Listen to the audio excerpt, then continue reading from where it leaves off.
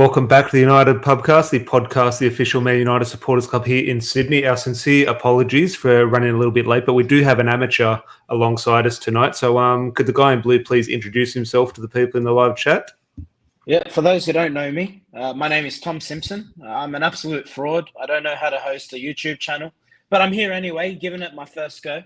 But I'm being joined by Erik HAG, which is always a pleasure. Erik, thanks for joining us. No, thank you very much. But again, some legends in the live chat, and I will have a chat with you, Larry, but I will say g'day to some very patient fans of ours in the live chat. Josh, good to see you, mate. Obviously, podcast regular, who's filled in for Larry on many occasions. Obviously, enjoying Europe at the moment. Obviously, back a bit closer to home in Manchester. So I hope that trip is going well, mate. Mike here, evening all. Can't blame Erik. I'd won Antony 2 over Martial, aka the Incredible Sulk. I'm sure Anthony Martial will come into this discussion. Bit of Larry versus Mike. Justin, good to see you, mate. Adam here regarding the question in regards, there is a poll in the live chat, so do cast your vote in regards to do you think we will sign a first-team player before pre-season training does resume, which I think Ten Hag said the 27th or something of this month. Will we definitely make at least one first-team sign before pre-season? Adam does think. George here as well. Evening, lads. Every day feels like a failure with the window being open. These players need to be signed to get to gel with the main team. Otherwise, we will be like a fruit salad come game one. Last game one we were quite good. Rafael Varane on the pitch. Bruno Fernandes hat-trick. But, who knows what game one has this season round. Emad here, tell me Larry's back without telling me Larry's back in terms of the little bit of a delay at the start. And there is a few more in the live chat. Obviously, Borche, good to have you here, mate. And no Bulldogs jersey, Larry. So it's the right colour. But on that, Larry, it has been a while since we spoke. And our squad, while we haven't had any investment into the squad in recent weeks, the squad does look a lot different. Since we've last spoken, Paul Pogba, Jesse Lingard, Nemanja Matic, Juan Mata, Edison Cavani. I don't even know if Cavani's been confirmed. I assume he's been confirmed that he's left. But all those players are no longer at the club. So just talk to me over the last couple of weeks, because there has been a bit of a change at Old Trafford. Yeah, absolutely. It's been really interesting to see the way United have been releasing the news as well, Tom. If you actually can sit back and think of, they had, I think it was Paul Pogba was announced first, then Jesse Lingard was the day after, and then Juan Mata. I might have Lingard and Mata in an alternative order, but it is interesting. And I have to say, Juan Mata released a video with himself sitting at Old Trafford and also at the center of the pitch. That had me on the heartstrings. That I'm sure it will have had me on the heartstrings. I hate to think what it did to you, or maybe I don't want to know what it did to you. Do you think that is where I put on Twitter? Could you imagine a situation where Jesse Lingard and Paul Pogba are sitting there and they go, "Oh, that's why the fans like Juan Mata," because Jesse Lingard had all these complaints about no farewell. Pogba's always had sort of a bit of a dubious relationship with the fans. Here's Juan Mata, who pretty much hasn't kicked a ball for 2 years, and you see the reaction. And look, it's not because of a video. Like it's on the pitch, what counts. But in terms of Jesse Lingard and Paul Pogba, must have been sitting there going, "Oh, geez, why'd he get a good send off?" Oh, that's why, because exactly what he said in that video. It's an interesting question. I think it's twofold. The main characteristics, though, I would argue, is Lingard and Pogba have always been quite outspoken. If I think of Juan Mata when he first joined United, you remember this, he actually used to do blogs. He always used to sign off with hugs, and whether we had a good result or a bad result, he always gave this heartfelt message. Now, I don't know why the Spaniards stopped doing that, Tom. It was one of the highlights of my week. But I think with Lingard and Pogba, and I have to say, I don't think even former players have really helped their cause. If you think of Wayne Rooney's comments earlier this year, he mentioned that I came into the dressing room and after a loss and I saw Jesse Lingard and Paul Pogba dancing. Now, that comment was taken out of context, because if you apply the full picture, he didn't mean it in an insulting way. He meant it in just that the generation that's obviously gone before is now clearly very different. But those two players like to dance. They like to get stylish haircuts. I think in Jesse Lingard's case, obviously, the branding around the anniversary of Munich, it didn't help. You look at someone like Paul Pogba, haircuts, constantly being linked with moves abroad since joining United. His agent's outspoken. He's been outspoken. He's fallen out with manager after manager after manager. He came on a record transfer fee. There are many factors that surround those two players, and they obviously have added fuel to the fire. Juan Mata came in record transfer, but when he didn't get picked, he was always professional. When he got chosen, he scores a double at Anfield. Like, he's just been the ultimate professional on and off the pitch, and ultimately that's why you see the difference in the relationship between the fans. Yeah, look, I completely agree with Emad scene. I think Pogba released his own goodbye video. I'm not sure if that's in relation to the documentary he has coming out, but there might have been a small video, but I have a feeling that was very sort of highlight orientated, had some goals. Fair play, that's good to see. But yeah, there definitely was a difference in the goodbyes. But well, yeah, he backs up the comment. He was more of a dance compilation than a football montage. And well, he definitely, from all reports, is going to release or announce his new club in this documentary that does come out on Amazon Prime in a little bit, which will be interesting to see. I think the Pogba sort of hype and excitement and sort of buzz has sort of died down a little bit. So it'll be interesting what his new fans at Juventus who Can I ask you a question, Tom? Let me ask you a question on Paul Pogba. When he signed for Manchester United, it was met with massive fanfare in terms of social media interactions. The player we thought we were getting, he just came off being in the FIFA Pro 11. Has Paul Pogba's stock risen, fallen, or stayed the same now that he's going to go to Juventus? I think we all know that. Fallen, 100%. And that's not to say on the pitch in terms of his contribution can't be world-class going into the future for Juventus, but in terms of the way you value a player's value, in terms of if you want to mention the word stock, I think it's completely fallen. When he was at Juventus, when he made that move to United, everyone was thinking, okay, take Messi and Ronaldo out of the discussion. There's a future Ballon d'Or winner. Now, no matter what Pogba might go and help Juventus win Champions League or titles, I don't see a situation where Pogba's going to go win a Ballon d'Or. And that's not to say that he can't have a great career at Juventus, but I think it's definitely he came to United with the world at his feet, and now I think he's going to go and just have a good career for his sake. In Turin, will be interesting. That will be announced in the coming days. But obviously, a little bit back close to home and talk about Erik ten Hag, and we'll get into sort of the issues around investment and the new sort of news that Antony is potentially a target. Everyone's a target for Manchester United at the moment, but obviously to tie that in with Anthony Martial as well, potentially on the outer. But just on Erik ten Hag, we've mentioned all these names. The first name linked was Timber, and we thought, yep, Timber's very likely going to happen. We can see through all the transfer nonsense, but if we see through that, Timber, there does look to be something there. Ultimately, 2 or 3 weeks later, it's gone away. Looks like we're not going to be signing Timber. Look at Frankie de Jong. I know it's a Barcelona player, but really deep down in our hearts, it's an Ajax player. So we've got Timber, Frankie de Jong, and now Antony, who has been linked for a while. So there is obviously genuine interest in Antony. Is Erik ten Hag just building Ajax 2.0? And is that a good thing or is it a bad thing in terms of would that actually work in the Premier League? If that is what he's trying to do. Yeah, it's an interesting question. I think if you look at the attributes of those 3 players specifically, I can see them all fitting the Premier League. If I look at Antony, the argument would obviously be on the physicality side of things, but you look at him technically, he's brilliant first touch, his ball movement, his pace, his directness. I think he offers something different in terms of what, if you look at the type or the archetype of what an elite winger is nowadays, he fits that mold. He reminds me of an Iron Robin. He's very direct. He's not a one-trick pony, but he's more or less, he's running at you and he's looking to cut inside. He's in the Iron Robin mold for me, and I think when you've got the issues that you have at Manchester United, and the biggest issue now, you can talk about caliber of player, you can talk about technical ability. I think the biggest issue, Tom, lack of personalities.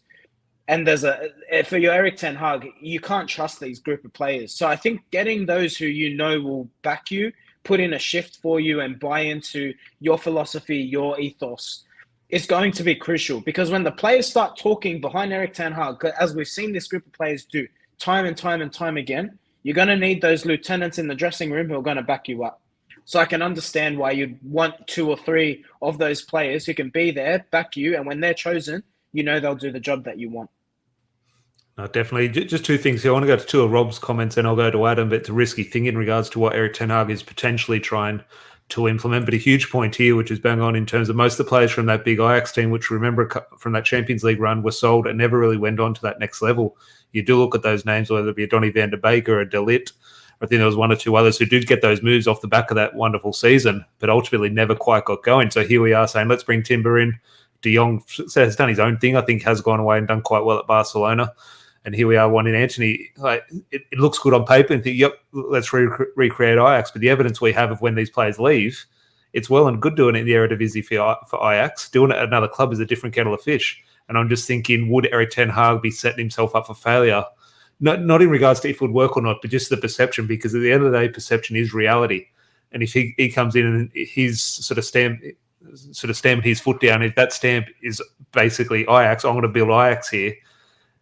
It's the media's not going to take to that. They're going to say, what's he doing to the Manchester United DNA? The fans won't take to it. They'll say, hey, we're a different club to Ajax. And I'm just thinking, if it doesn't work, I like the idea and agree with all your words in regards to sort of having that sort of influence in the dressing room and that sort of defense of him. But ultimately, as Rob said, it's a very risky thing.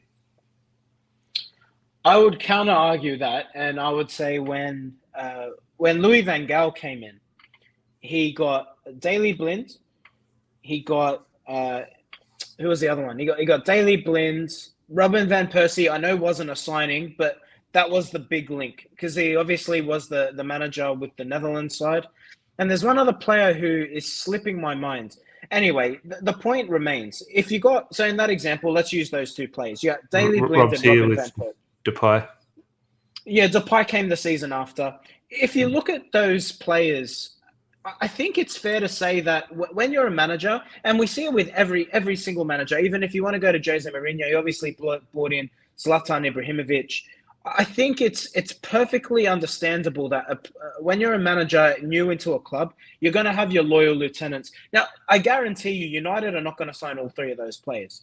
I don't think we'll sign Timber, De Jong, and Antony. I imagine it'll be two of those at best. So if you get two players who you've played with, who you know you can trust, I think that is all right. And outside of De Jong, who I granted will be expensive, I think the other two players, you're not talking about ridiculous sums of money. If you manage to pull off Antony for £30 million, you have to remember with any transfer, there's an element of risk.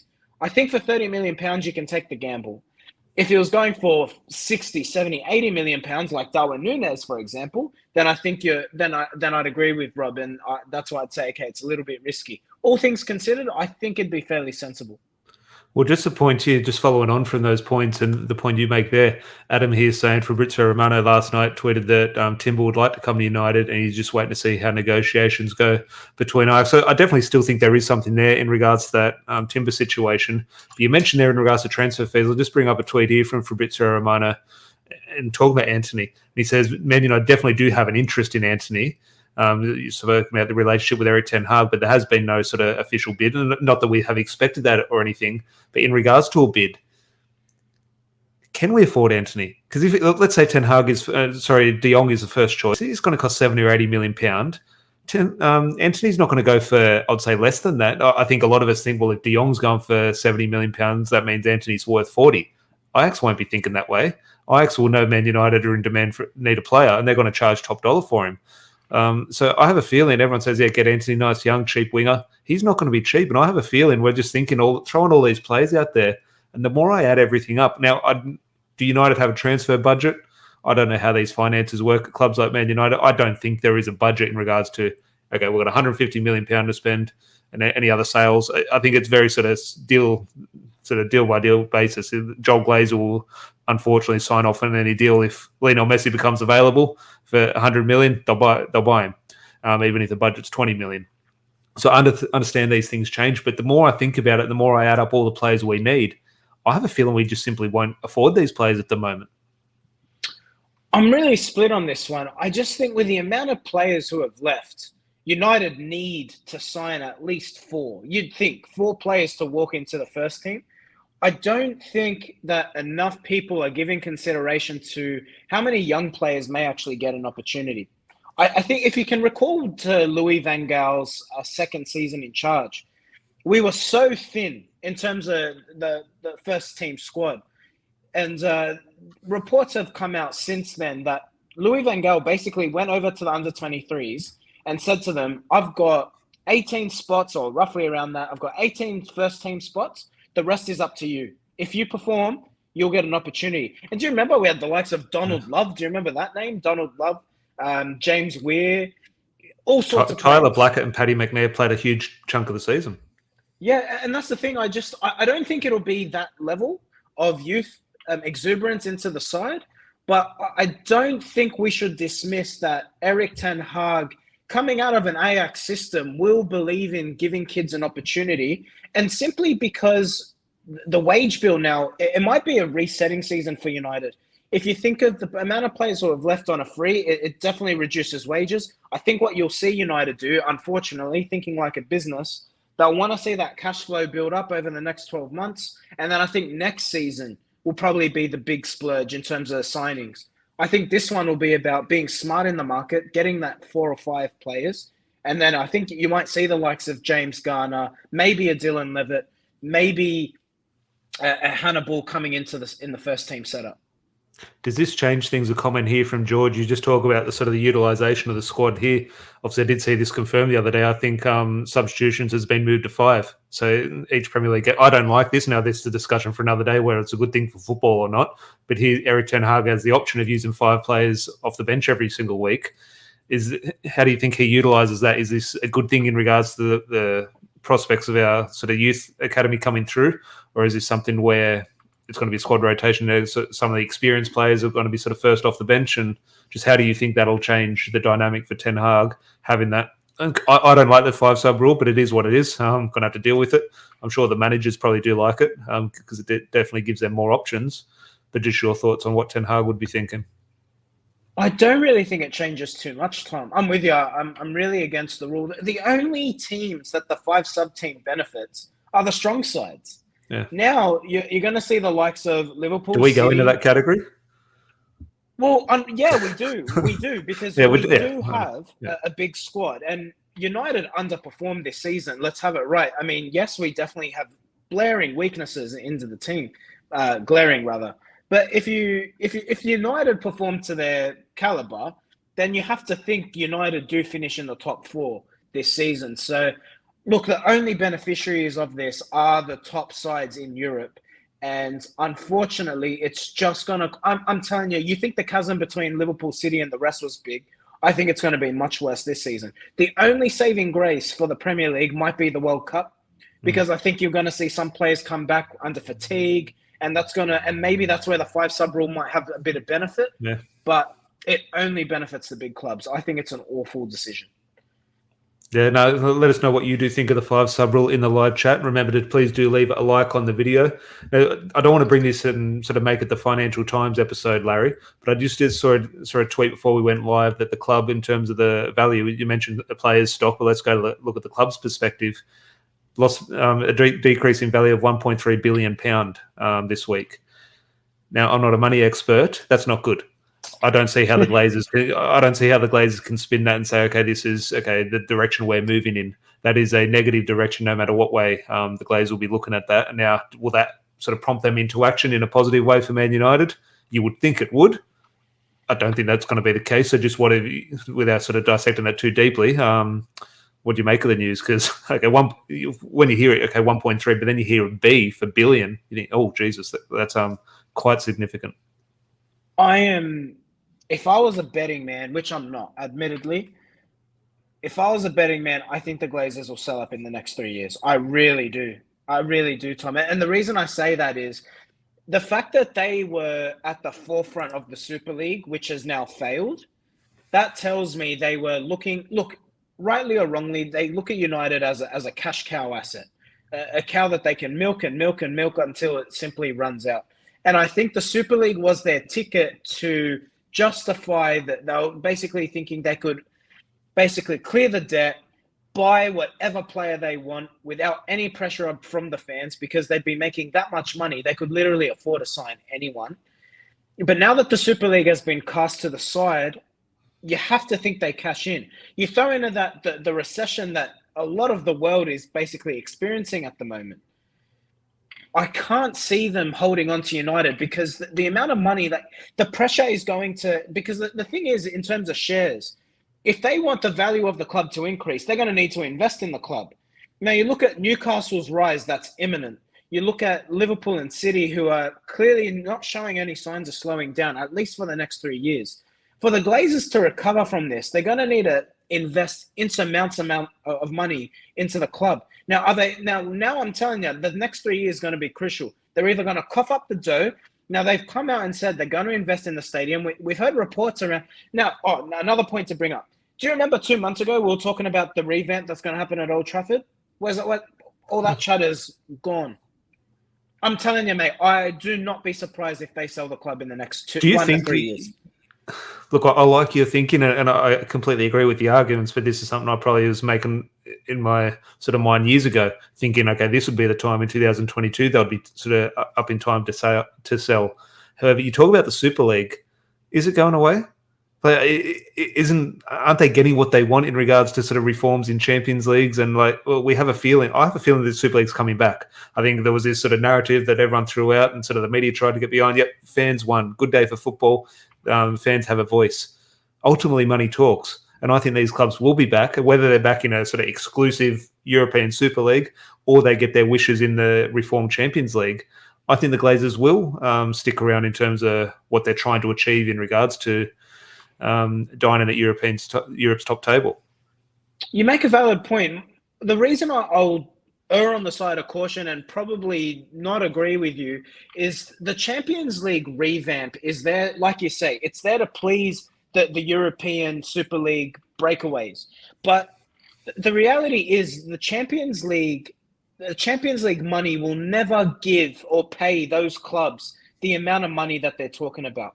Now, there might be some assurances, particularly with the coefficient rule, where the likes of Manchester United may be able to get into a Champions League, even if they finish outside the top four, which, yes, guarantees them Champions League money. And yes, there is a security there for the Glazers to bank on.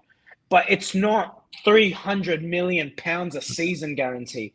The other side of that is the English clubs. It's the English clubs that are going to struggle to have a breakaway because that's where the outrage was. If you actually talk to Real Madrid and Barcelona fans in Spain, they're fairly neutral about it. Some are for it, some are against it, but they're fairly neutral. Some are even supportive of the club, saying, well, we're the biggest clubs in the world, particularly Madrid fans. We are the Champions League. The Champions League is where Real Madrid is. Whatever European Cup we're playing in, that's where all the eyeballs will be. And to be fair, they'd have an argument to say that they're the most successful team in European Cup history. So that's why I think the Glazers, they put all their eggs into that basket. Those eggs are gone. So now we're going to see, are you going to invest 200-300 million into the club outside of transfers, on top of that, the transfers? Or do you sell up to a buyer who will invest? Crucial time. I think that main question, and I always revert it back to a management decision. Okay, you want to sack the manager? Fine. Well, who's the new manager? And I think that is a huge thing we often forget with the Glazers. We have such a desire to get them out. Well, hang on. There's not many people in the world who can buy Man United, and not many people. And the pool's even smaller when you find that person who is then willing to back Manchester United and invest heavily. Because you don't just have to buy the club for $5 billion; you then have to invest that kind of money as well. And they're two different things. And that's a very sort of small amount of people who can potentially do that. But sort of reverting things back to football, just before we do wrap up, because there are one or two sort of names in the transfer market I do want to throw towards you. But Edgar here saying, I don't care, we're not signing Nunes or Haaland as long as we buy the priority players Ten Hag wants. Coach needs to make the players better. If they can't, then we're really in trouble. The owners need to leave. Now, there was a name that just sort of popped up a little bit earlier before I went online, before we came on air, sorry. Now, I'm not sure this is confirmed, but I think it's by the reliable journalists. They all say it is going this way. A player we've had plenty of discussions about on this podcast and over the years, Yves Bissouma from Brighton, looks all but done to Tottenham. This wasn't a link two or three days ago. Here we are 2 or 3 days later. Bissouma's almost holding up a Tottenham shirt. And I'm just thinking now, I made this point on the podcast last night that obviously these deals take a lot of weeks behind the scenes, but you click on a Tottenham story, no journalist is going to make any money from that. So there is no point writing about Bissouma to Tottenham.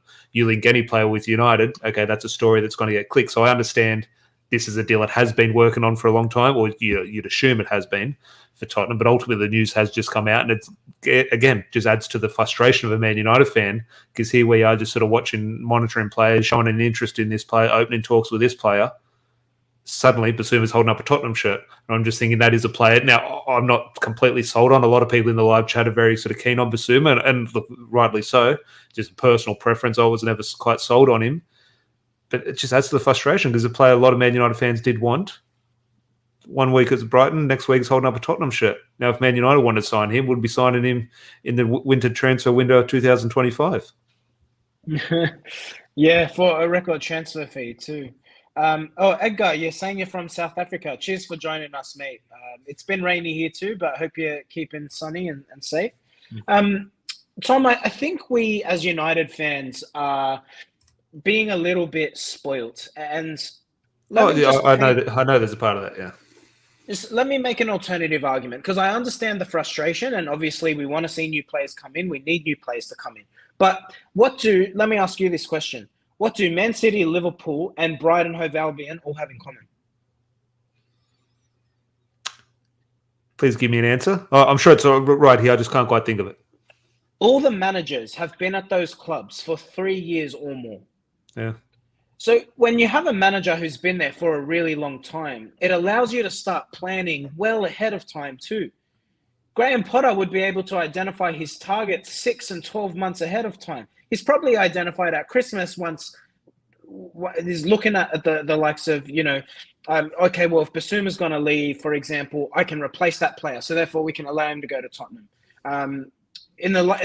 Conte is a bit of a different situation with Spurs. I think he's obviously held them to ransom. And that's why he's basically being able to say, all right, look, he's basically saying, if you don't give me the players I want, I'll leave. And he's dangled that threat. And I think with Tottenham, obviously, that they're happy to bend to his will. But I bring up those three managers because I think Brighton, under normal circumstances, wouldn't let Basuma leave. But because Potter has been there for so long, they can cover that loss because they'll have a clear target in mind. You look at Liverpool in terms of Nunes. You look at Pep in terms of Haaland. These coaches have been there for so long that they have the time to plan and demand and get these players in quickly. The transfer window has been open for 4 days. Yeah. So let's just park the bus a little bit. If we're in Melbourne and United haven't signed a single player, I'll be with you holding Glazers outside Crown Casino. But that's what I think. And look, you're completely right. But then fast forward 2 or 3 weeks to it, we're in Melbourne because it is only a month away.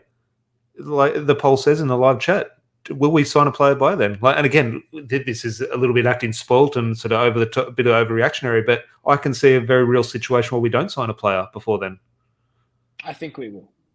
I'll be amazed if we don't. I imagine you got to think Ten Hag. The players are not back for pre-season yet, so that's why I'm calm. But you have to imagine Ten Hag will want some of those players on tour. So that I'm sure a lot of managers wanted things. Of course they do, but I just think United you can't deny this either. United are conscious of they're trying to sell us the dream. It's a new era. Woodward's gone. Arnold's in. The head of global recruitment is gone. The head of global scouting is gone. Well, it's all well and good to say these players are gone and it's a new time and it's a refresh, new manager. But for them to actually buy into that, or for the fans to buy into that ideology, they need to, I guess, throw the cherries on top with some transfers. So I think the club will be aware of that. I think with De Jong, it's a bit of cat and mouse. And United have been rinsed in the past. If we signed, let me tell you this. If we signed De Jong today and it was confirmed that we signed him for 80, 90 million pounds, I promise you the same fans who are complaining that we're not getting our business done are the same fans who are going to say United get rinsed in the transfer market. Yeah.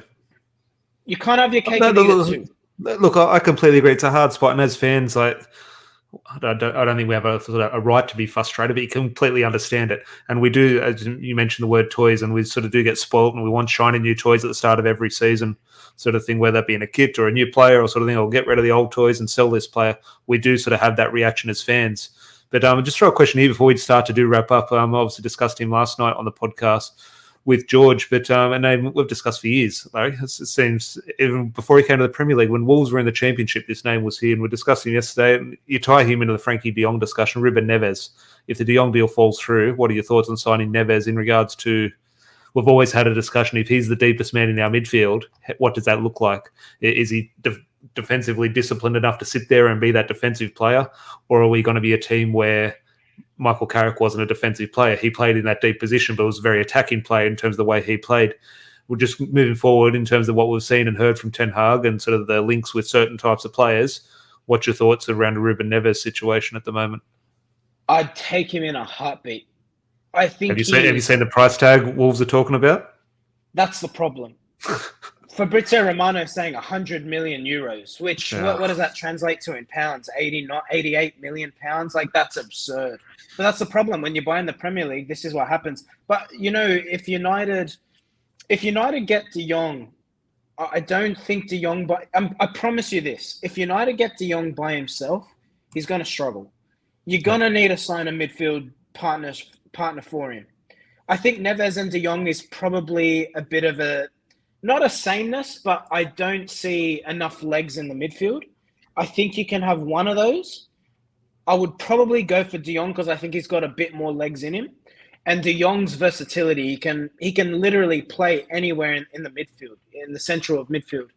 With Neves, I think people are gonna get frustrated by this. If you had Neves, you're gonna see Fred a lot because someone's gonna need to do his running. I think his anticipation of the game is good.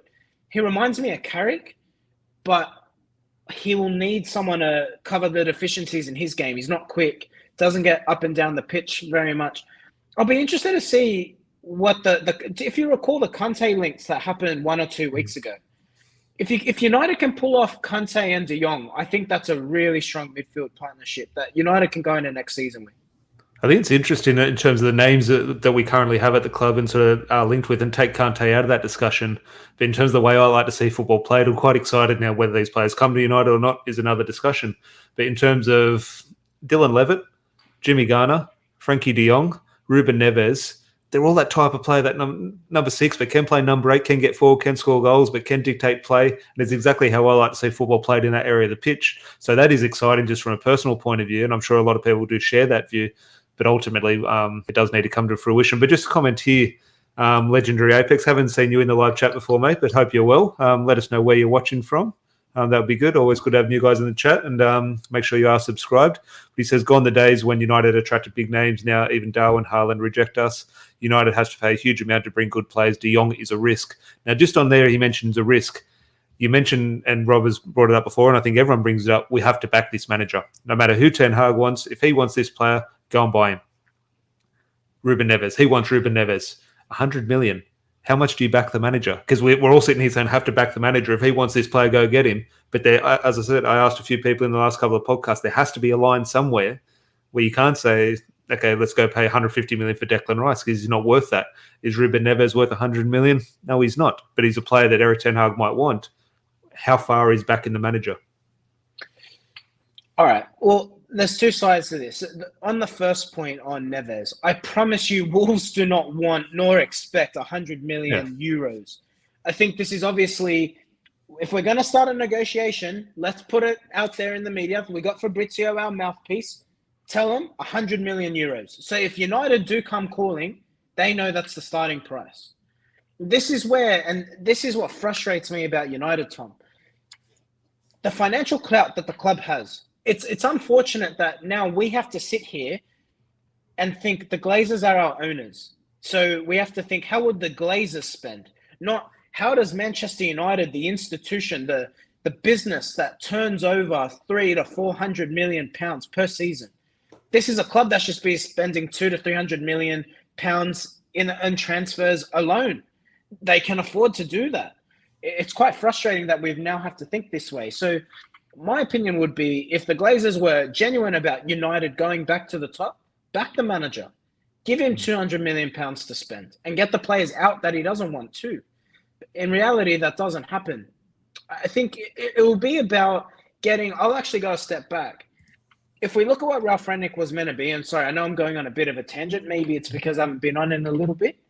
But I think United need to understand that there's a saying, the poor man pays twice.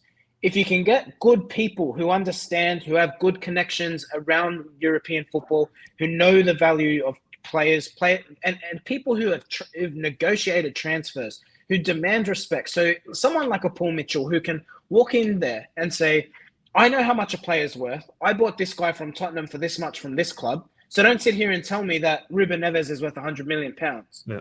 You need someone who can demand that respect, because at the moment we've got people negotiating who don't know anything about football.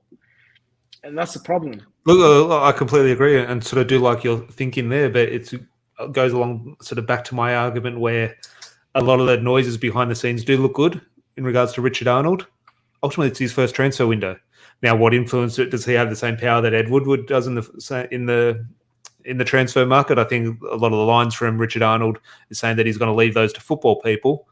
Time will tell. Richard Arnold might have a great spin doctor. He might be still hiring Neil Ashton to throw that line out there, but still want to crave that power. Like, I'm not sure. Like, I'd like to give him the benefit of the doubt, But until things change, I am going to be hesitant. But just one here from Justin a little bit earlier, a name we always forget in the midfield discussion, Donny van der Beek. If Frankie de Jong comes in, that sort of pushes Donny van der Beek further down the pecking order. But I just want to throw that to you just to wrap up the podcast. We talk about, okay, not a betting man, or you are a betting man. You are a betting man today. Our front three, our midfield three in the first game of the season, what is it? Because I have a feeling Donny van der Beek's actually in it. I'm with you. I think if we sign de Jong, I could see a de Jong, van der Beek, Fernandes. If we sign de Jong, what will be our midfield three, do you think? Are you confident we're getting Frankie de Jong over the line? I think it'll happen, Tom, yeah. Look, again, if I was a betting man, I think it happens. It's a cat and mouse negotiation at the moment. We know Barcelona need a sell. So if they need a sell, how long can they hold their tongue for? So that's what it's going to come down to. I think de Jong will happen, and I dare say it'll happen before United touchdown in Melbourne, but it'll just be a case of who blinks first. So this is going to be a real test of John Murtough and Manchester United. Can we say, Tom, you've put Antony Martial in the thumbnail. You've baited me in. You haven't mentioned him once. I'm yet to sit here and tell you how he's going to be our top goal scorer next season. Well, what is going to happen? Actually, just one comment here, Lema. I think that's how you pronounce it. I think he plays at one of the Leipzig. I've never seen him play. Maybe he played against United. I can't quite remember. I did watch a YouTube video of him last week. Larry, I'm sold on this player. This guy is a player. I'm not sure how strong the links are with United at the moment. I've only watched YouTube, but I'm quite impressed with this guy. So keep an eye out for him. Fingers crossed. But yeah, on Antony Martial, I did want to bring you up because I didn't want to sort of scare you off and sort of have you go into the wilderness for another 6 weeks. So talk to me about Antony Martial to wrap up the podcast. There hasn't been much noise around him. I don't know what is happening. The latest I heard that he still eyes a future away from Man United, and obviously that is where my money would be. But I don't know, with no sort of big money incoming signings as a striker, you'd think that would sort of maybe sway the Frenchman's argument and say, well, hang on, maybe there is a chance for me at Old Trafford. That's not to say Erik ten Hag should give him that chance, but I'm just thinking there is a possibility for a striker position there. Someone needs to, okay, look, I'm not going to sit here and deny that I am an Antony Martial apologist, and I have been for many years now. But if Marcus Rashford can have the season that he had, then how can we sit there and say Rashford gets one more season? We can sit there and say Sancho was poor, but it's all right, he can get another go. We're happy to give all these other players a second chance, Harry Maguire, Luke Shaw, etc. But when it comes to Martial, he's had a poor season. He played 2 games for United or something like that, scored a goal, got an assist, went to Sevilla, had a shit time, and now we're happy to throw him on the scrap heap. Mate, he is the... I understand, and you wouldn't be wrong to say that. But what I will say is, if you can afford Marcus Rashford, Luke Shaw, Harry Maguire the opportunity at a second chance, then I would think someone with the ability of Antony Martial, who has much more ability than Marcus Rashford. For anyone who didn't hear that, I'm going to say it one more time. For a player who has much more ability than Marcus Rashford, I would be giving Martial another opportunity in a Manchester United side. Given that, we also don't know what's happening with Greenwood, which I know no one wants to talk about, but it is still a player in the forward line who pitches in with goals. So I think Martial, if you can't get the perfect player, the perfect replacement, I think Ten Hag can work with him. You look at all the ability he has, I think he ticks a lot of boxes, and I could see him fitting in. And can very well come down to a case we talk about the club and wrongly doing so, but forcing players upon Erik ten Hag and say, look, instead of going buying £60 million worth of strikers, here, use Antony Martial. Martial, we're going to block all sales. You're not going to go. We don't want to sign anyone, so you're going to be Erik ten Hag's new striker. And Rob makes a point in regards to will be interested in the desire for him for first-team football with the upcoming World Cup of France, because obviously he's not making that squad at the moment, I don't think. So that will be interesting. And sort of 1 or 2 more comments in the live chat. Apologies if you don't get to all of them, but is there any Man United news or anything that has sort of tickled your fancy over the last couple of weeks without chatting that you do want to discuss? Socceroos qualifying for the World Cup this morning. That goalkeeper. In dramatic style. Graham Arnold can walk out there now. So if anyone isn't from Australia watching, Australia obviously did qualify for the World Cup with a penalty shootout against Peru, and I'm sure all the Australian viewers here did watch it. Now, first of all, glad Australia qualified, of course. I'd like to see them in the World Cup, obviously, no doubt. Graham Arnold can walk in there now and say, what a manager I am. Look at the decision I made. That is the fine margins you work in management. If it didn't work, he would have been sacked on the spot. It did work. He looks a genius. Same thing happened with Louis van Gaal at the World Cup. I think he did with Tim Krul. So I understand that. However, they are fine margins. And if we went out, forget what Redmayne did, if Australia missed 5 of their penalties, had nothing to do with Redmayne. If Australia missed all their spot kicks and Peru went through, if we had a goalkeeper dancing on the line like that now at the moment, he's a national hero. It looks fantastic. It's a meme. Everyone loves him. All aboard that. I love it. If we went out like that and we had a goalkeeper dancing on the line in Australia's biggest game in, 10, 15 years, dancing along, doing the wiggles on the goal line, and we went out, the embarrassment that would have been to this country, I don't know if I would have been able to cope with it. Look, I agree with you, and logic agrees with you, but forget logic. I've got time for shithousery. But all reports, Antonio is not with us right now. He posted, so Redmayne, if you're not from Australia, Redmayne was the goalkeeper who saved the penalty. The Peru goalkeeper apparently had all his penalty shootout notes on his water bottle. Redmayne was sure to throw that into the crowd. Mate, I've got time for shithousery. Oh no! He goes down as Australian legend, and fair play to him. Love the guy, fantastic. The reaction, I all love it. But I'm just thinking, if Australia missed their penalties, which had nothing to do with the goalkeeping situation, and Peru went through, it would have been a national embarrassment having someone do the wiggles on the goal line during the biggest game. But ultimately, he becomes a hero, and it'll be interesting. Matt Ryan will obviously keep his spot, you would assume, for the World Cup. I don't think that's up for debate, but fair play to Redmayne, and obviously writes himself into Australian football history. So credit to him, and thank God Australia did finally make it, because there is a bit of United representation in that World Cup group. Obviously, we've got Hannibal from Tunisia, who's on the verge of, I think that the Tunisia-Australia game is the 3rd game in the group, if I remember correctly. So you'd assume, unfortunately, let's say Australia are out, you assume Tunisia might sort of rotate a little bit, and Hannibal might get that game against Australia. You talk about Anthony Martial. He could potentially be in the World Cup squad, and obviously fitness penned in, Rafael Varane will definitely be there. Yeah, wow. It's going to be an interesting season, Tom, and this is something that no one's talking about. The World Cup right in the middle of the season. How does that impact the Premier League? That's what's going to be so interesting. Who knows? Because the thing is, and we've seen it, if you can think back to 2018, so many of United's players had massive lows. Jesse Lingard, he fell off a cliff after the 2018 World Cup. So I'm really intrigued to see, how does this impact not just United, but how does it impact the Premier League? Because you got to think, someone like Cristiano Ronaldo, who'll be approaching his 38th birthday, he's going to play every game for every minute for Portugal. We'll have a lot of players away as well. Yeah, the only player I'm thinking off the top of my head at the moment, and people will use this as a stick to beat him with in terms of not good enough, but the only player I can think in terms of be fit and available, sort of both sides of the break, is Scott McTominay. Obviously didn't qualify with Scotland. You look at all the midfield, if we sign any midfielder, you assume they're in international. Fred obviously is almost the main man for Brazil. All our front players are going to be playing for the national team. All the defenders, Harry Maguire, Victor Lindelof, I assume is Sweden. Sweden might not have made it. I forget. Let me know if Sweden are at the World Cup. I think they might have missed out. Maybe they qualified. I don't know.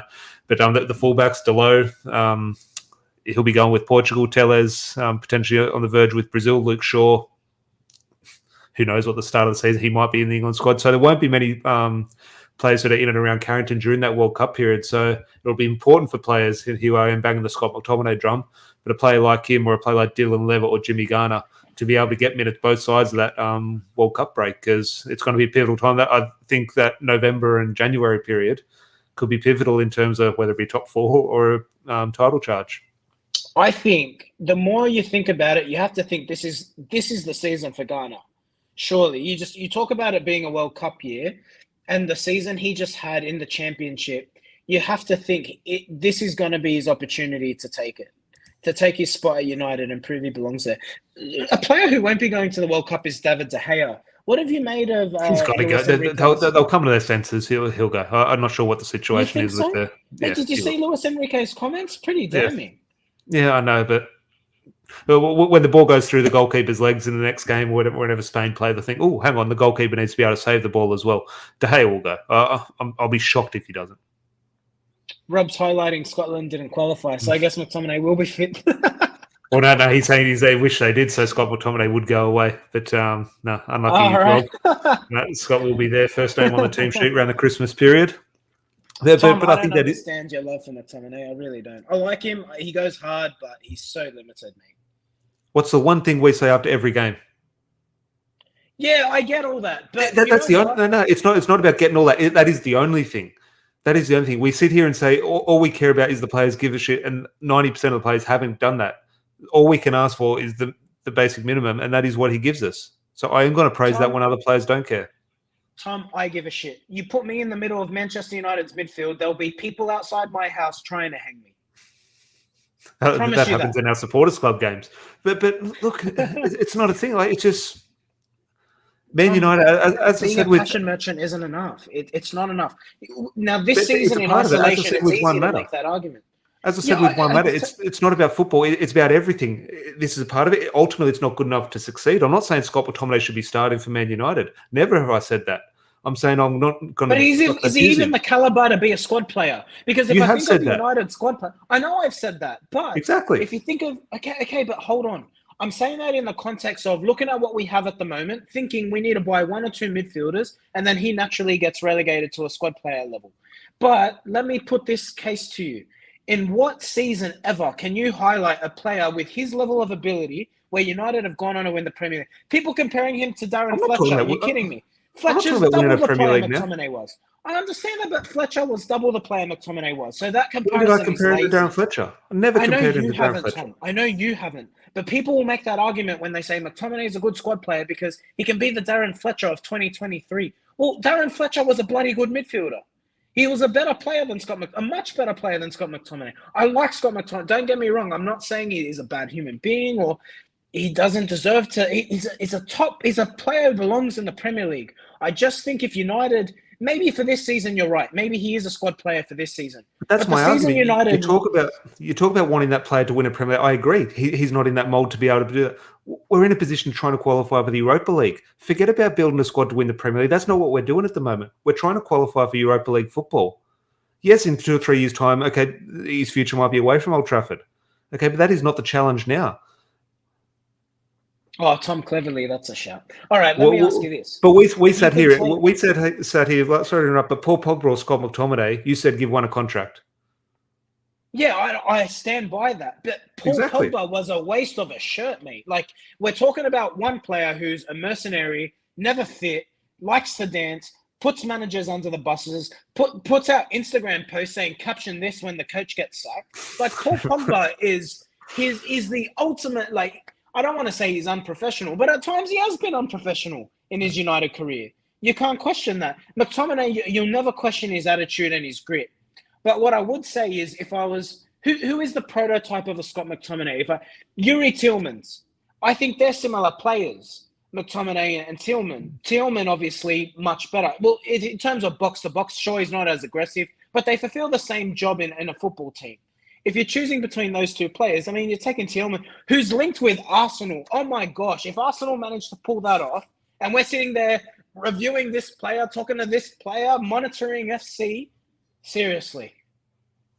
Borche here. Tom is going to bench Larry for the next 3 pods. The thing is, I agree with all the criticism of Scott McTominay.